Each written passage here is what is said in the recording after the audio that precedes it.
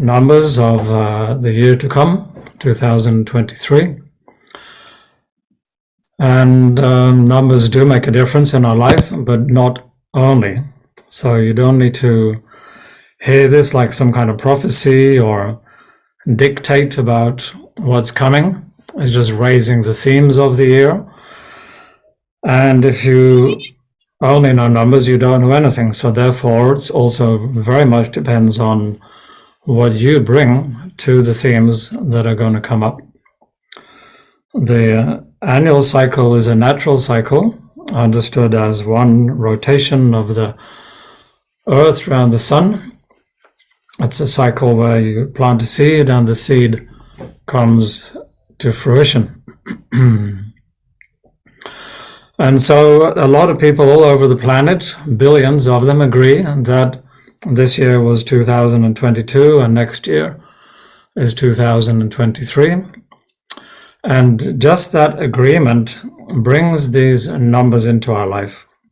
The qualities, their challenges, their invitation, and whatever they bring come to us because we write it down. We say, that's what's happening. This is 2023.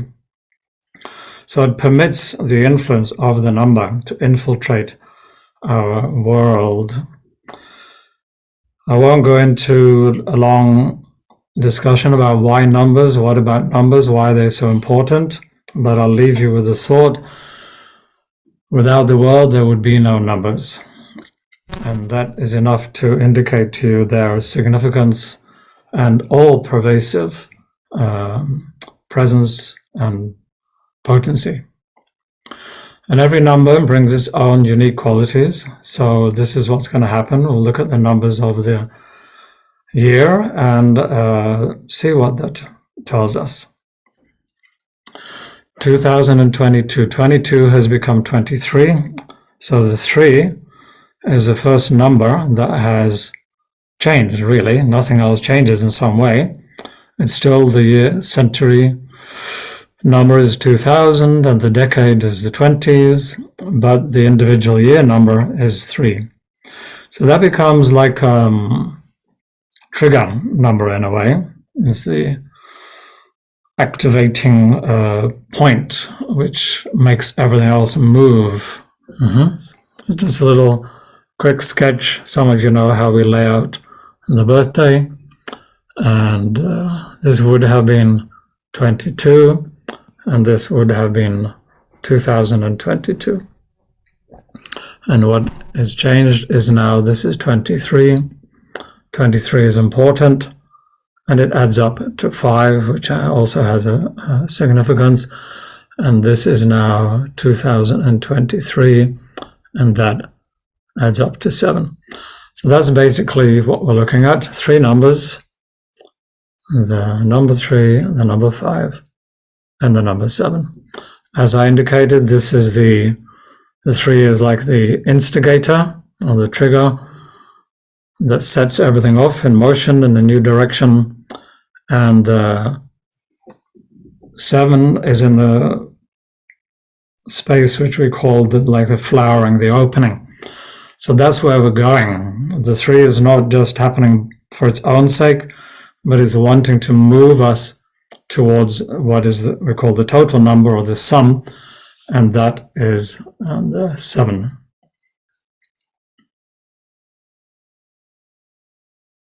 There are different sets of 7. I'm just going to quickly summarize a few, like 7 chakras, 7 musical notes, 7 colors of the rainbow.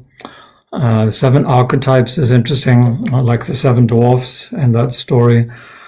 7 holes in your head, eyes, 2 nostrils, 2 ears, and the mouth. 7 holes in the head. 7 days of the week, although that's a bit of a man-made structure. 7 heavens and 7 hells. 7 steps to heaven, 7 steps to hell. These are the different things that you can meditate on. It's optional, really. It's not that one must focus on any of them.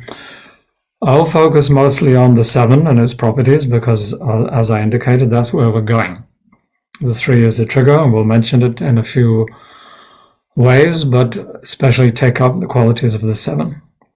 Some of you know the 10 spiritual bodies, and the 7 is the electromagnetic field, or the aura. Not only our individual electromagnetic field, but it's a collective number because we're all agreeing in 2023. Therefore, it's also the collective magnetic field, which I also refer to as the mind field, the collective mind field, and the Maya field, the Maya field. So it's the psychic, mental, electromagnetic space that we inhabit, and what's happening with that currently and what's going to happen with that. Number 3 is more the 3-dimensional world, and so it's more visible, and the 7 is not so much a visible quality, but a place from where we see, from where we look. 3, 5, and 7 is an interesting set of numbers, actually. 3 and 7 make 10, so that's like a totality. And 5 sits in between those numbers, 3 and 7. So it's like an axis. We call it the forward-backward axis. So quite a powerful set of numbers coming up. And it's linked to history. These numbers, 3 and 7, like repeating patterns. And we do say that history repeats itself. The 5 in the middle of that gives us a chance to learn from history and change our patterns, our habits. So that doesn't start off straight away. It's a question of, first of all, we find ourselves in these repeating patterns, and then we take up the challenge of, are we learning? What is it teaching us? And can we change that? Number 5, made from 2 plus 3 of 23, is who am I? Who is who? Is it linked to identity? And in the axis of 3 and 7, we could say that means who is friend, who is enemy? This is an interesting question. Any change in the world, our world and the world, is linked to a change of who we feel we are. So, what is our sense of self? We're very much, this is a number 3-7 talk now, we are constrained by territory, space, geographical boundaries, territorial boundaries, and the identities, who am I connected into these various, also mental and psychic boundaries.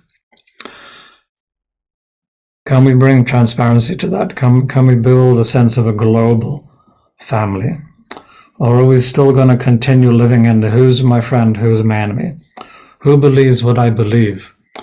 Whose belief is against my belief? Who's the enemy of my belief? And this endless discussion that goes on. Number 3 is an interesting theme of number 3s about help and the need of help and the offering of help and the willingness to ask for help also. We need help.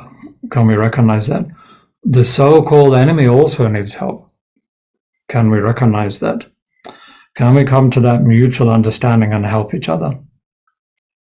Or we take sides, I help my team, you help your team, and each team argues it out with each other. There's the element of fire.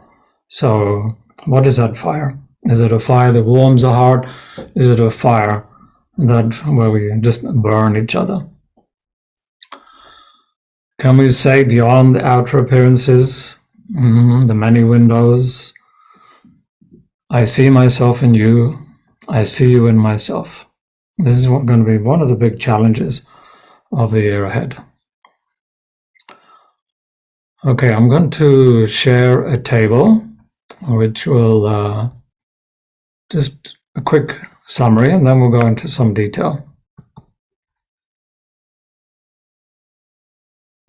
Each number carries its Dharma and Karma version of it. So just take a little moment to reflect on that. Do I have a holistic understanding? I say peripheral view, I mean, can I step back and see like around that circle that embraces everything? Or is my visual mental eye, is it analyzing? Is it limiting the answers that I accept when I try to understand the situation? Why are you doing that? Who did that? Who told you can't do that? Because, what kind of questions am I asking? Are they leading me to deeper knowing? Or sometimes both the question and the answer actually blinds us. Research. Number 7 is a number of research. Look again, search again, look deeper, and then look again, and then even look again. This is okay. Facts or fiction. See, confirm, and support what is true, or so many stories and lies to distract and cover up. We know that's already been happening, and it's going to become much stronger, this theme, in the year ahead. So there's a kind of question, what do we really, really know? And should we go on just who tell me what, who I believe, or what the media tells? Yeah, can I do my own research? Another theme, forgive or revenge. Forgiveness implies friend to all. And I'll go into this topic of forgiveness in some depth. Revenge, back to friend and enemy. Who's the enemy, and attack the enemy? Can I release myself and others from the past? Protection or prison. We set up our patterns, we set up our safety, boundaries, and so on. Am I really creating a space within which I can project who I really am, my true identity? Or what happens, the protections we set up in the younger stages of our life often end up being our prison. They start to suffocate us. And I'm calling that a mental dungeon. Do I know the difference between my protection, which is also my projection, or that prison? And this is very much linked to, again, the true or false knowledge, fact or fiction. Linked to safety and control. My space and our space. Can I make that connection? That there's space for my space, but I can also tune into a bigger space, which is our space.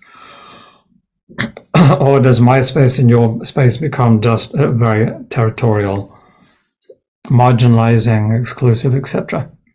You can possibly get how there's certain, these are all connected, yeah? Each of these different points that are coming up here.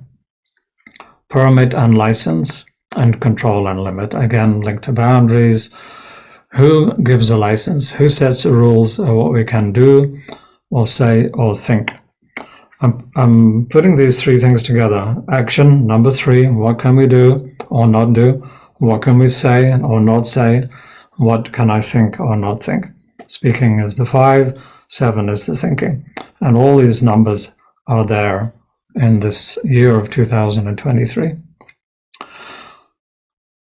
Witness or seeking and searching. I look only for what I want to see, but looking too hard also makes me blind. Why do I need to search and search? Can I step back again, think of that 0, take that peripheral view, see the big picture? And can I therefore really see what is? Who controls what we see through the screen of modern media? This is unfortunately the context of the times we have to take into account.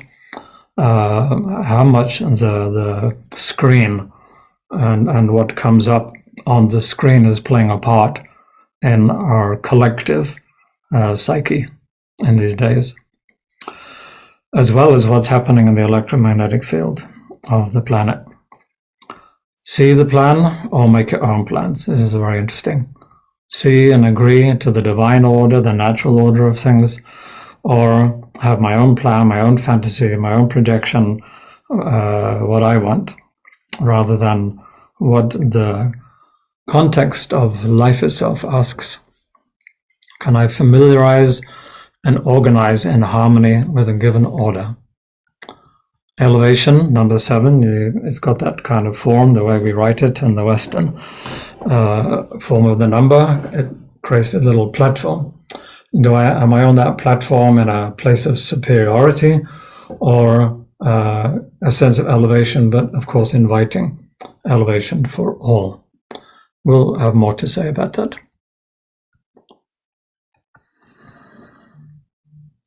Take some moments from time to time, take a little breath and just reflect on what you're hearing, how that sits with you, how do you see. And you're going to hear it personally, but you must remember that this is also a collective agreement, that this is 2023, and therefore I invite you to also hear it on a very personal level.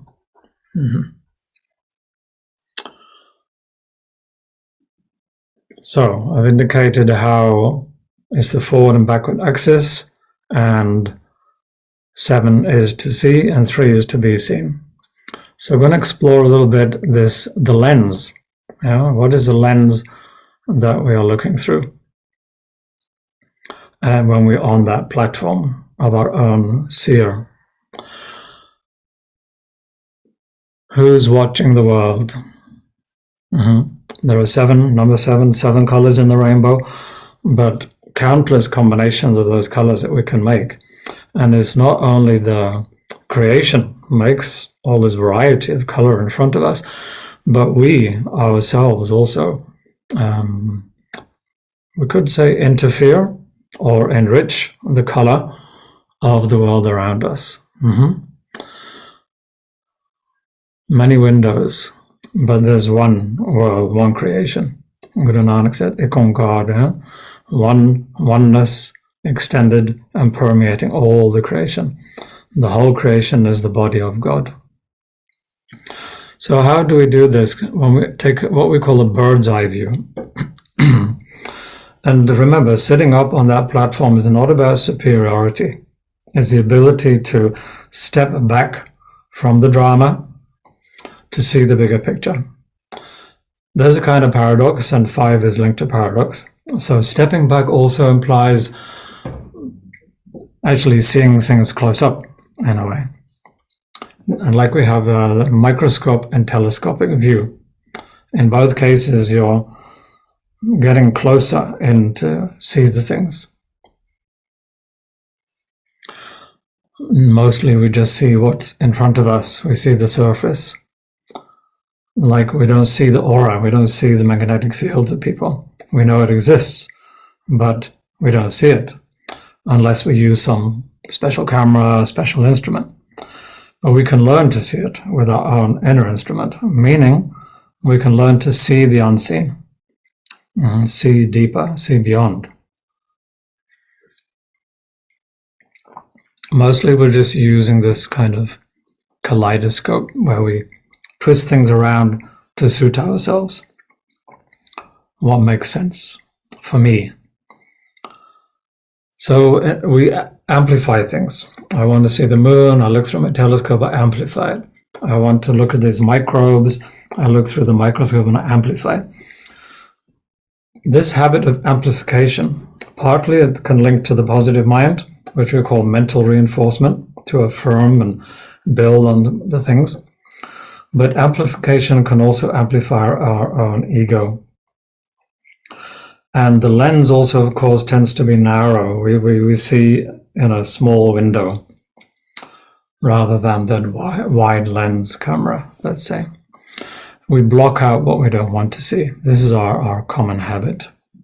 And often, even, we're only looking for proof of what we already believe. We pick up on the evidence. Oh, look, see, I told you. Which kind of also implies we're not actually really believing what we believe. We're not secure in it. We're looking for more evidence. When we live, vision is only one of our 5 senses, right, as well. So when we live only by belief and only by vision, a lot of information is actually ignored, blocked out from our perception. But it is a very dominant sense. In the world we live in, the consumer world, the social media world, the advertising, the marketing world, the consumer world, the packaging world, it's very much dominated by this hypnotic visual effect. So we end up getting quite lost in the multi-dimensional shopping mall of Maya. The magnetic field, the mind field. A psychoelectric field that what it does is it takes our awareness, our consciousness, and it puts it through like a curve. So it distorts our perception of reality. Nothing is actually what it seems. But we mostly don't know that. We take what we see, we take it for reality, and we end up in this mental jungle, mental maze, and mental dungeon. Continuing on this theme of watching and the watched. Interesting one. There's a lot of watching going on, a lot of monitors. I'm being watched, but I'm also watching. And when I'm aware that I'm being watched, then I'm also being the watcher of the one who's watching.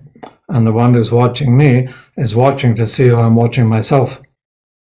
Let me clarify a little bit. The parent says to the child, what are you doing? Why are you doing that? Don't you know what you're doing? Yeah? Don't you understand that shouldn't be like that? That should be like that. So I realize more and more how much I'm watched. But it doesn't take long for us to internalize the watcher. So I'm actually watching me. But then I'm also watching me and watching to see if I'm watched, but not only watched, if I'm watched to see that I'm watching myself. And the watcher is also watching to see whether, because what it means also is that I'm controlling myself. I'm putting some filters, I'm putting some rules and regulations about, again, action, number 3, words, number 5, and what I can believe or think, number 7. So there's a lot of play going around, who's watching who is going on. And when I'm aware that I'm being watched, which we can't really avoid that, even if it's only a semi-conscious sense that I'm being watched,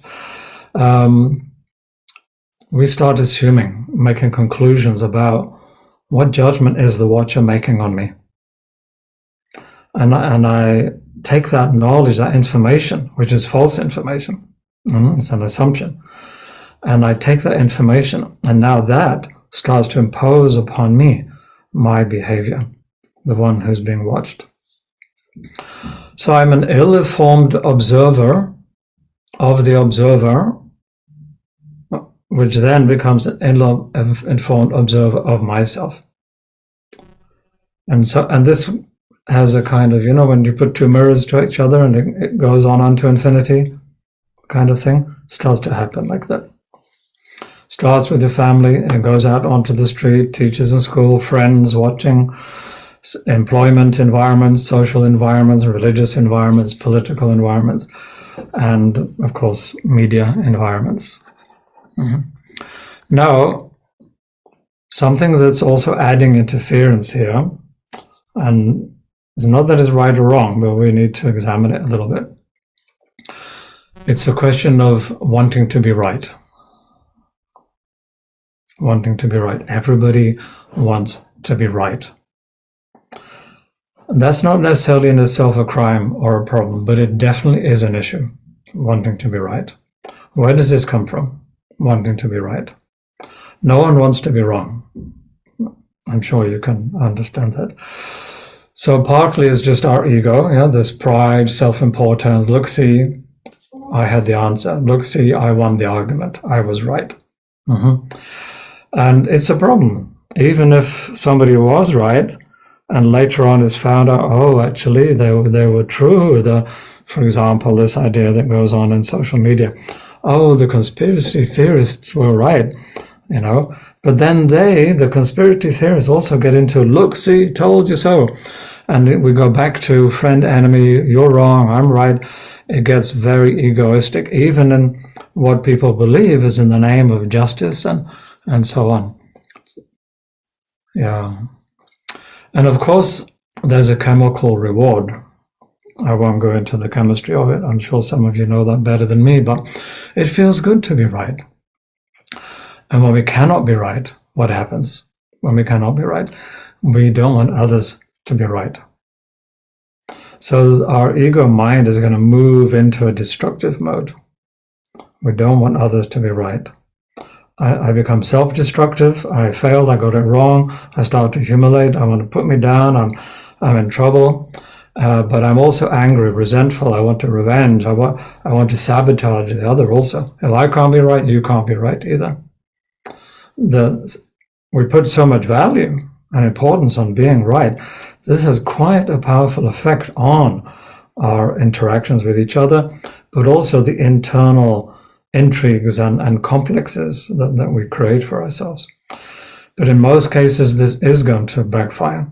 We will lie even to be right. We'll lie and we'll lie to protect our lie.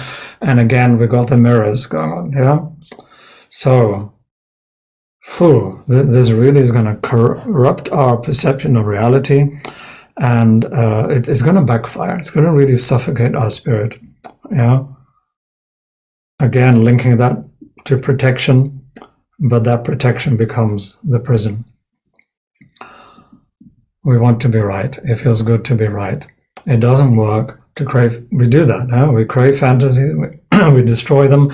We reconstruct another one, and the cycle goes on. But in the end, very little changes, and we definitely don't wake up. Some people get very depressed by it, where they go wrong and start to become self-punishing and so on. It's a very hypnotic kind of thing. Oh, I failed, I'm no good, I can't do it, I'm hopeless. This is 7 becomes 3 becomes despair, and goes back to the negative mind, and we're just falling into our own black hole, really. And everything becomes evidence. Remember, I see what I want to see, and I'm now looking for evidence that I'm wrong, you're wrong, somebody's wrong. We're going to come back to this basic idea. It's a nice feeling to feel right.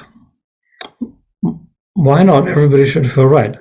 Why shouldn't everybody have the right to enjoy feeling right? So how can we achieve that? Is that possible in our lives? It's a simple idea that I'll put forward, but we don't have time to go into depth about. And you've probably had this sometimes. You just got a sense of tuning, and you know how the day needs to go. You feel it in the air. It's intuitive. It's not some mental plan you've made. You get the sense of it, and you just adjust yourself, and you go with what I call the natural order.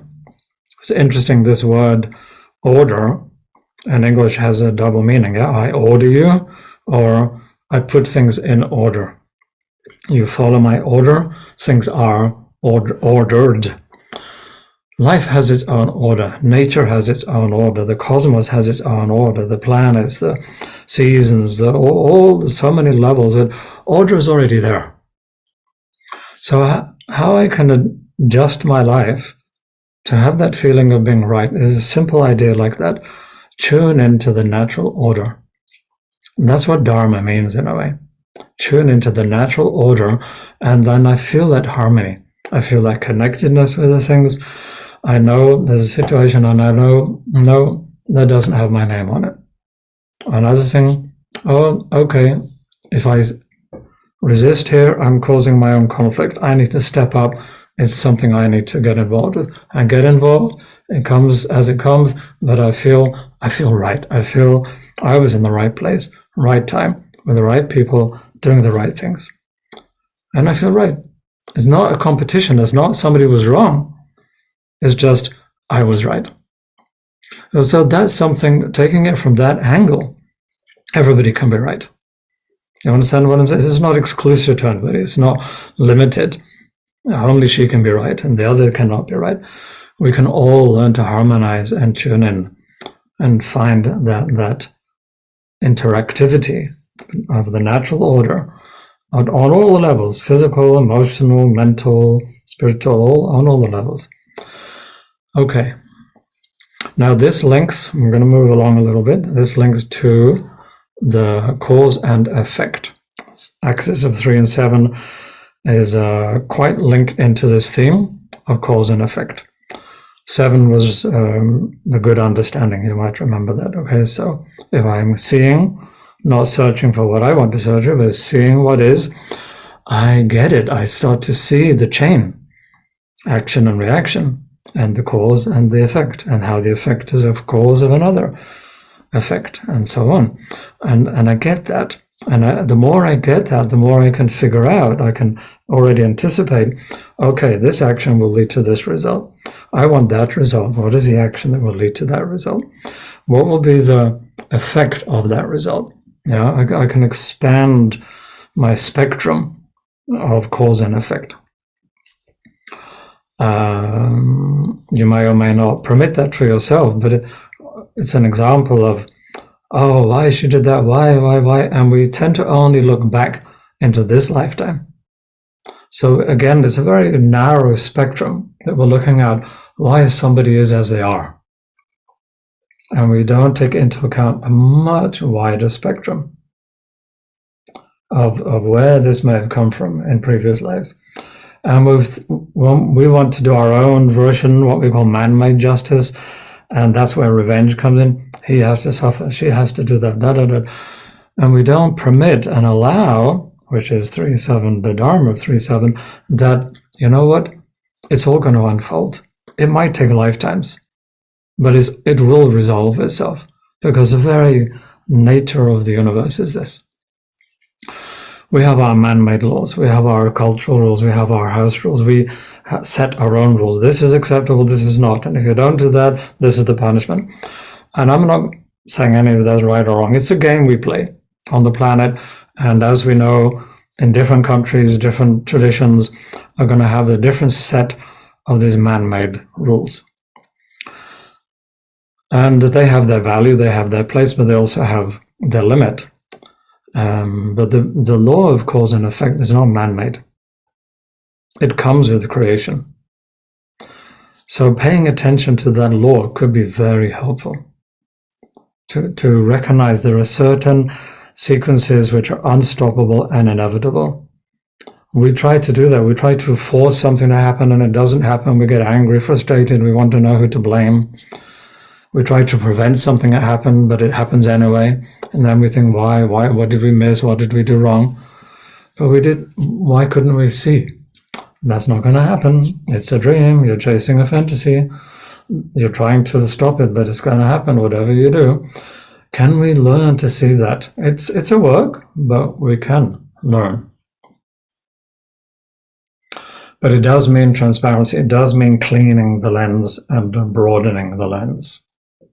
This is work to do. Each year are different numbers, and so we're just saying every year is a chance to take a little focus and say, okay, perhaps this year is a good year to develop these qualities. Next year after comes other numbers, and we go on. And that cycle every 9 years repeats itself. So you've got a long life ahead, and every 9 years you can keep going through these qualities and refine our relationship to them year by year. So I consider this law of cause and effect, it's not a punishment, as you might hear sometimes, oh, it's my karma. It's actually the kindness of the Creator to give us this law so that we could learn. It's a most simple and powerful mechanism for learning, but it requires that we just see. Just see. Don't go searching, don't overanalyze, just see and watch the chain. Watch the chain unfold. Become a witness.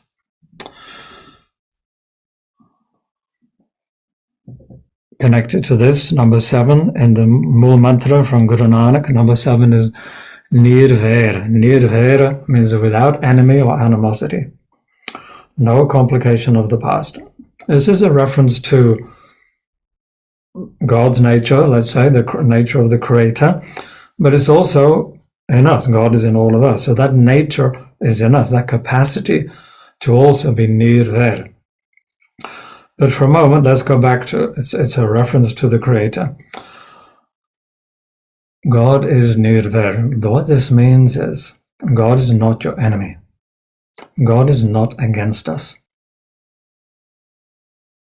That's a very big reflection here, a very big thought. God is not against you. Often it seems, why me? Number 3 becomes the karma of 3, the victim. Why me?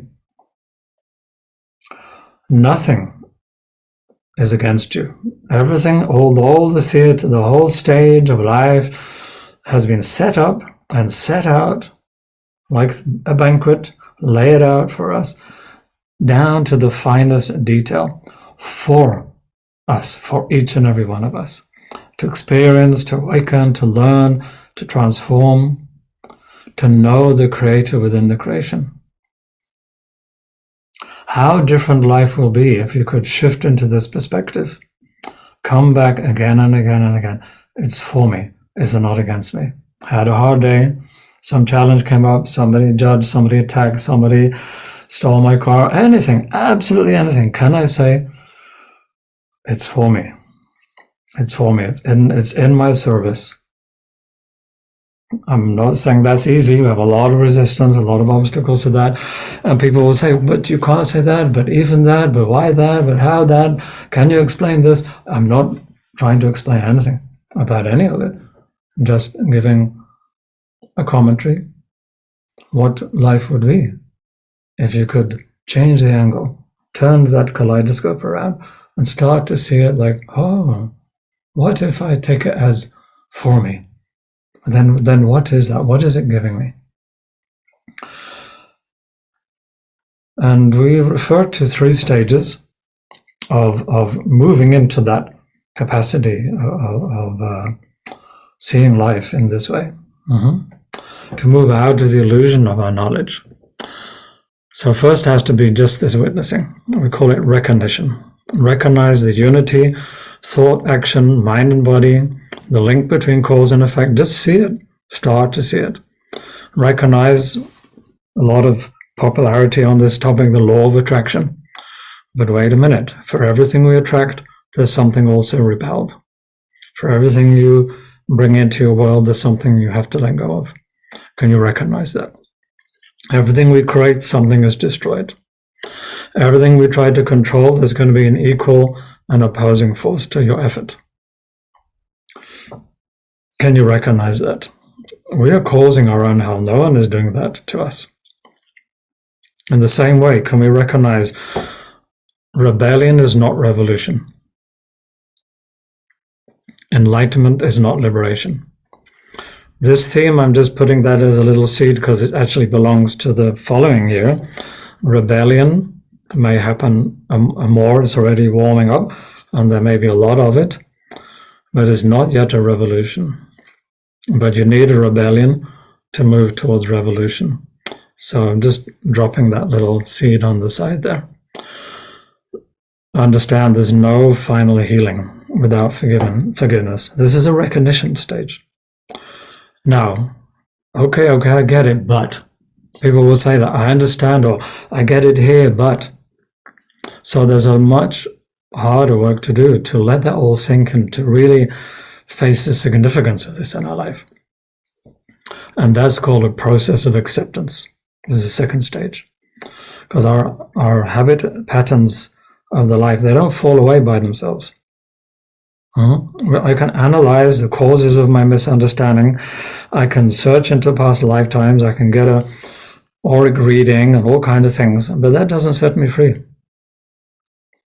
Knowing something does not necessarily give me the capacity to change things. It's a start, but it's not enough.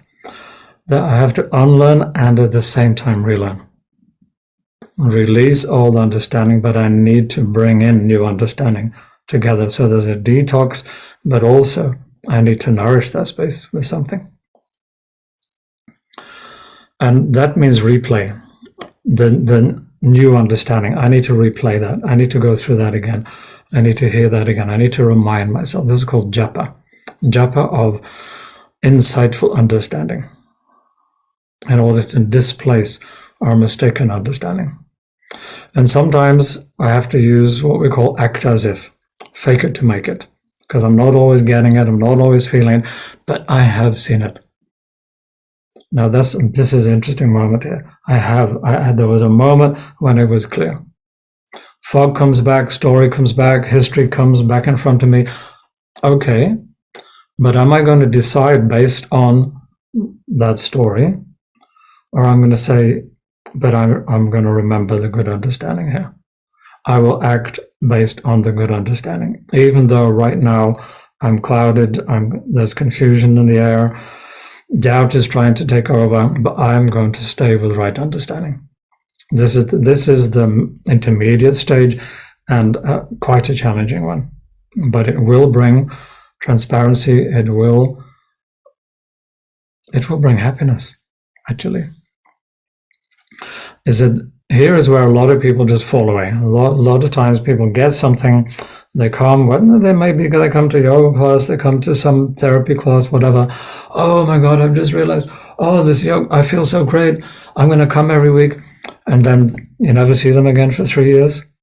There's a lot of things coming in the way for people. So, compassion, patience, understanding, forgiveness. Let's go a little more with forgiveness.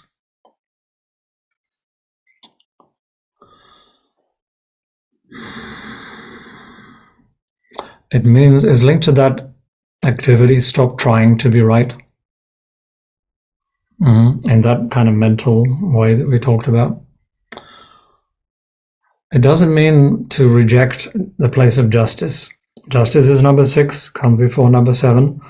But we're not talking about man-made justice. Pay attention to the law of natural justice. It's unfolding. Let go of the past. But that means our fear, because often we have fear of repetition. Remember, history repeats itself. So our follies are and our fear is often that I'm afraid that I'll be abandoned again, I'll be cheated again, I'll be lied to again, I'll be manipulated again, I'll be abused again, I'll be whatever, triggered again. So many fears. The unfortunate thing is those fears keep actually putting my past in front of me. Past is past, it's behind me. But then what is in front of me? If I don't have a projection of what is in front of me, then it becomes very difficult to change anything, to transform anything. Let go. People also think about how to forgive. It's actually not something to do in the sense of I'm doing forgiveness. It's first of all to stop doing. I'm holding on to something.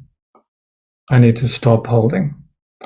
We're not very good at staying with the emptiness, the vacuum, and therefore we need an alternative. And this is where affirmations, this is where having right understanding comes in. Something has to take its place. Non-forgiveness is a suffering actually that we put on ourselves. He should suffer, they don't deserve forgiveness, I'm never going to forgive them. But actually you are suffering 10 times more than whoever you're not forgiving. It's your own punishment upon yourself. And of course it blinds you to the bigger picture. However difficult it is, my wish and interest would be that you could take on board the inevitability of forgiveness. Non-forgiveness makes us blind. Prevents us from moving on, imprisons us in our own illusion of safety. It puts a dark shadow in your aura. Forgiving is linked to permission, another key word for number 7, permission. I permit myself to get on with the life, to have a chance of life, a chance to heal. I permit the other to be more than and beyond what is my small window on that person. They're wrong, bad, evil, hopeless case, whatever. Can I permit them to be something more than that?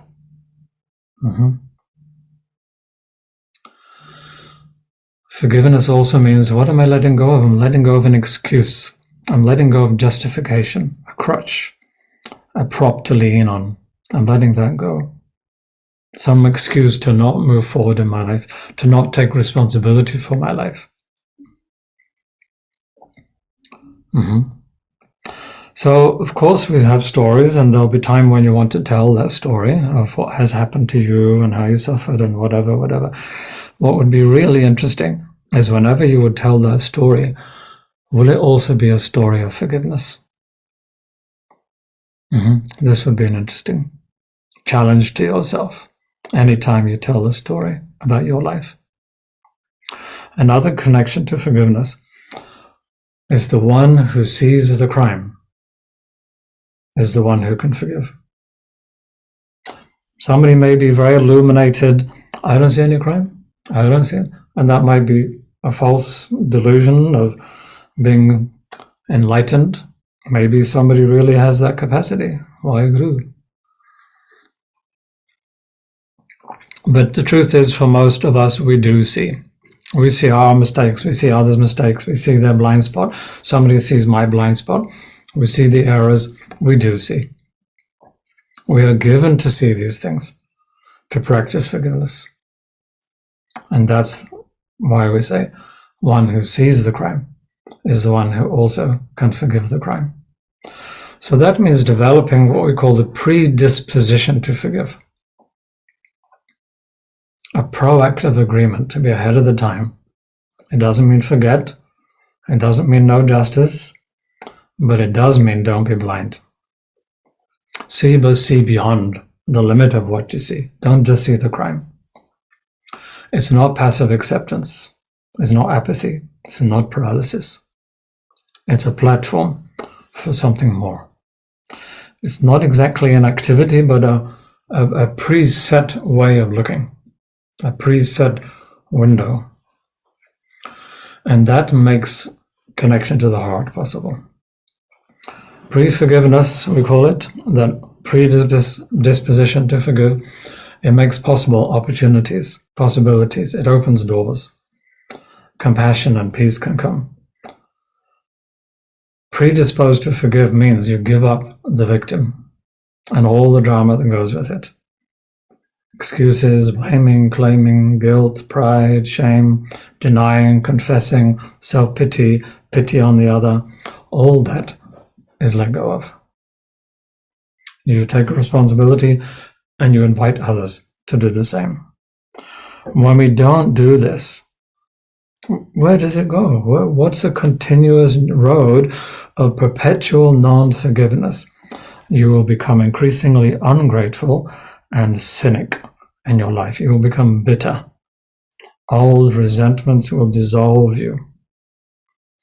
Predisposition to forgive will by itself dissolve old stories and old resentments. No reason why that can't start today.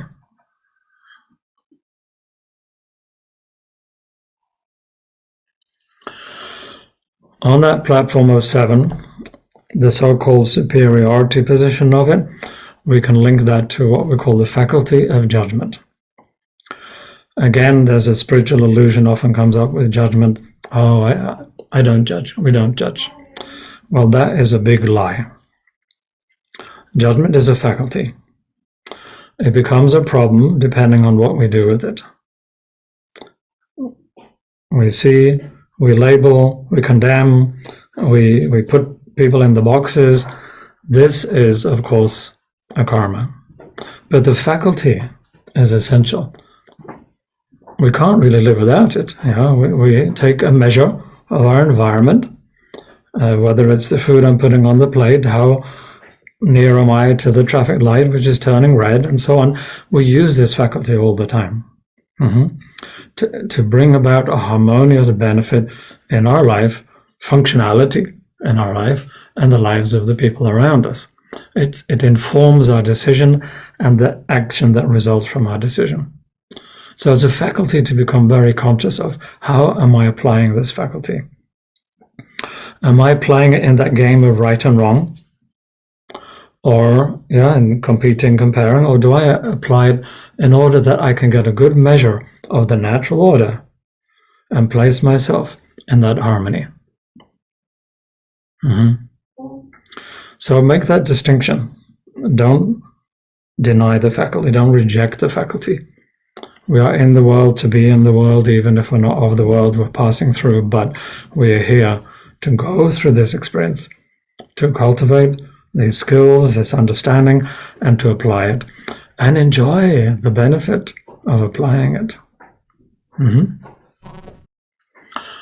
I won't go in detail here, but what it does is it leads us to the 7 steps to hell, basically.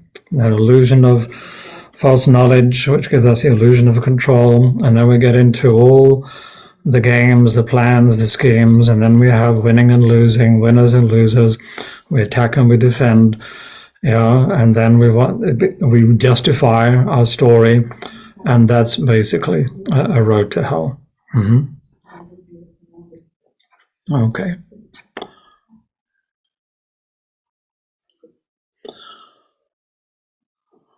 To see as God sees.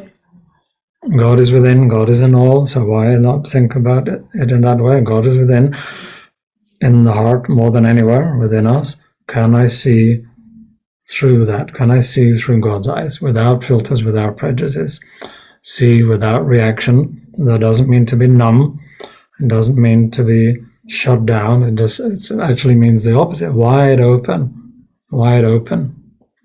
Seeing the waves on the ocean, but also seeing the whole ocean.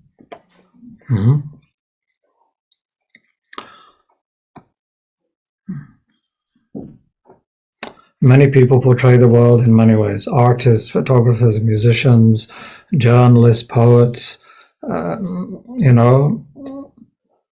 the creation remains one creation. It's wonderful to see all the different views, but always also step back. Yeah, flame has many colors, and with those many colors we can paint many pictures. But the quality of the flame remains the same. It's interesting to reflect on that. I'm going to leave you with a couple of little topics yet. In the physical body with the 10 organs, each organ also relates to a number. And the 7 is related to the heart, meaning the organ, not the heart chakra and the thymus gland, but the organ of the heart and the function that it serves. And this magnetic field again, connection to magnetic field, and the muscle and the work that it does. So I invite you to reflect upon what is the heart of humanity, because this is a collective number, the heart organ of humanity. What is that circulation of the lifeblood of humanity and its return, what we call that Venus return? How is that happening in the world? How is that going on? And what does that tell us about the functioning of humanity? Is that heart functioning in the natural order of things, like the bones and the blood, and give really the directive to the heart? Or the heart takes over and says, no, I think I know better how the circulation should happen, and which part of the world should get some circulation or not, and so on. This is being judgmental, right? So that's something to reflect on. I'll write it up. There are 3 ways to take on equality in the world. What are those 3 levels of equality? 3 qualities of acceptance in life as well. What are those 3 levels of acceptance? We can talk for another hour about some of this material. And the number 5, very interesting quality of the 5, the paradox of the 5. So this year with 23/5, what is going to change? What paradox and what change is going to come about? Inversions and reversals is a quality of the 5. The minority can become the majority, and the majority can become the minority. The hidden becomes visible, and the visible becomes hidden. Hope in the middle of hopelessness. Number 3 as well in here, 3 and 7. To say yes even when there's no reason to say yes. And what am I saying yes to? Because number 3 is about yes. One little thing I want to elaborate before ending. The positive mind quality of number 3 is it's reinforce, right? To add something. It's the mathematics of addition. Somebody says, hey, it's a nice day for a walk. Positive mind goes, yeah, hey, we could go to the beach. Oh, we could go to the mountain. Oh, hey, we could even have a picnic, and so on. Oh, we could invite so and so. This is just an example. Positive mind go and.